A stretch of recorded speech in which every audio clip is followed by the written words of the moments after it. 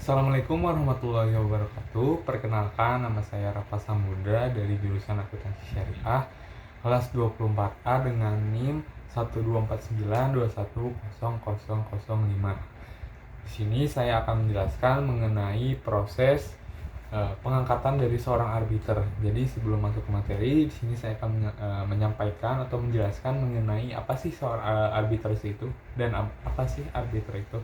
Jadi arbitrase merupakan salah satu bentuk atau proses penyelesaian sengketa di luar pengadilan yang diselesaikan oleh pihak ketiga atau pihak yang netral yang bisa disebut itu arbiter. Terus juga penyelesaian melalui arbitrase didasarkan pada kesepakatan para pihak yang ingin menyelesaikan masalah sengketanya gitu. Terus juga arbitrase ini memiliki karakteristik final dan mengikat, bersifat rahasia, efisien, serta menjunjung tinggi netralitas.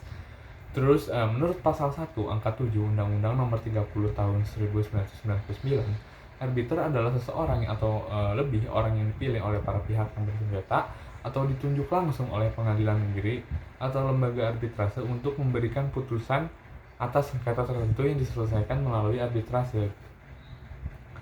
Nah, arbitrase sebagai bentuk arbitrase juga merupakan sebagai bentuk penyelesaian sengketa gitu. Dalam proses arbitrase terdapat hal yang sangat penting gitu untuk yaitu perjanjian arbitrase yang di dalamnya itu perjanjian arbitrase merupakan perjanjian yang dibuat oleh para pihak untuk menyerahkan penyelesaian sengketanya kepada lembaga arbitrase. Perjanjian ini menjadi syarat utama gitu dalam pelaksanaan arbitrase. Terus melalui klausul arbitrase, para pihak juga dapat menentukan pilihan hukum, prosedur yang digunakan, serta lembaga arbitrase yang akan menyelesaikan sengketa. Pemahaman yang baik mengenai arbitrase bertujuan untuk meningkatkan penggunaan arbitrase. Terus yang kedua juga mencegah kesalahan prosedural, membangun kepercayaan terhadap putusan arbitrase, dan serta memperkuat klausul arbitrase di dalam kontrak. Terus juga langsung masuk ke materinya saja. Yang pertama itu ada syarat-syarat pengangkatan arbiter gitu.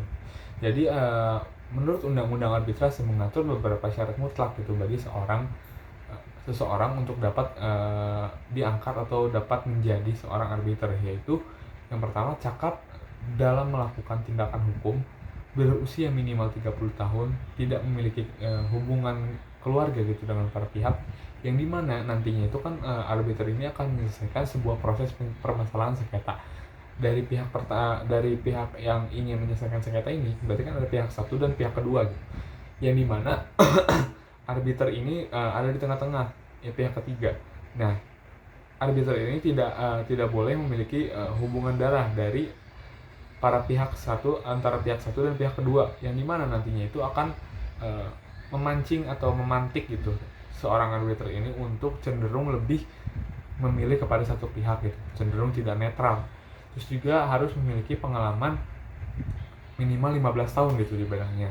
Terus juga arbiter ini tidak boleh mementingkan kepentingan finansial atau sengketa. Terus juga selain itu terdapat larangan dan pembatasan, yaitu hakim, jaksa, panitera atau pejabat peradilan lainnya tidak boleh diangkat sebagai arbiter. Hal ini bertujuan untuk menjaga independensi arbitrase dari sistem peradilan negara. Terus juga prinsip-prinsip yang harus dimiliki oleh seorang profesional arbiter itu, yang pertama, seorang arbiter wajib menjunjung tinggi dua prinsip utama, yaitu yang pertama prinsip independensi atau artinya arbiter itu harus bebas gitu dari hubungan apapun yang dapat mempengaruhi objektivitas dari putusan. Terus yang kedua ada prinsip imparsialitas, yaitu arbiter itu harus bersikap netral dan tidak boleh cenderung memihak kepada salah satu pihak gitu. Terus juga kualitas arbitrase sangat bergantung pada kualitas arbiternya, baik dari kelancaran proses, bobot putusan, maupun nilai keadilan yang dihasilkan. Terus prosedur pengangkatan arbiter. Prosedur pengangkatan arbiter diawali dengan usulan dari pemohon kepada termohon mengenai calon arbiter tunggal. Apabila dalam waktu 14 hari para pihak tidak mencapai kesepakatan, maka salah satu pihak dapat mengajukan permohonan kepada ketua pengadilan negeri untuk menunjuk arbiter tunggal. Terus Ketua Pengadilan Negeri akan menunjuk arbiter berdasarkan daftar yang disampaikan oleh para pihak atau lembaga arbitrase dengan mempertimbangkan rekomendasi dan keberatan dari para pihak. Terus yang ketiga ada berakhirnya tugas arbiter. Tugas seorang arbiter dapat berakhir karena beberapa hal, antara lain yang pertama, arbiter itu meninggal dunia, yang udah pasti, arbiter yang mengundurkan diri. Terus yang ketiga ada arbiternya tidak sanggup dalam melaksanakan tugasnya, yang artinya atau yang dimana si arbiter ini memiliki alasan tertentu untuk tidak sanggup dalam melaksanakan tugasnya. Contoh, karena beliau sakit atau karena kondisi tertentu. Terus juga arbiter ini tidak boleh menjalankan tugasnya sebagaimana mestinya, tidak menjalankan tugasnya sebagai mestinya gitu. Terus apabila hal tersebut terjadi, maka akan dilakukan pengangkatan arbiter pengganti. Terus tuntutan ingkar arbiter. Apa sih tuntutan ingkar itu? Tuntutan ingkar adalah hak para pihak untuk menolak arbiter apabila terjadi atau terdapat alasan yang menimbulkan keraguan terhadap objektivitasnya. Tuntutan ini diatur dalam pasal 22 pasal 22 Undang-Undang Nomor 30 Tahun 1999. Alasan pengajuan tuntutan ingkar dapat berupa yang pertama, alasan dan bukti ditemukan setelah penuntutan arbiter. Arbiter memiliki hubungan atau kepentingan yang dapat mempengaruhi keputusan dari seorang arbiter ini nantinya. Terus juga pengajuan tuntutan ingkar harus dilakukan dalam waktu 14 hari sejak alasan tersebut diketahui.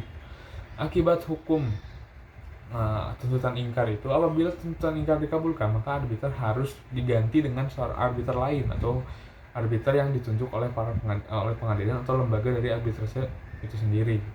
Terus namun jika Ketua Pengadilan Negeri menolak tuntutan tersebut, maka arbiter yang bersangkutan tetap melanjutkan tugasnya dan putusan tersebut bersifat final.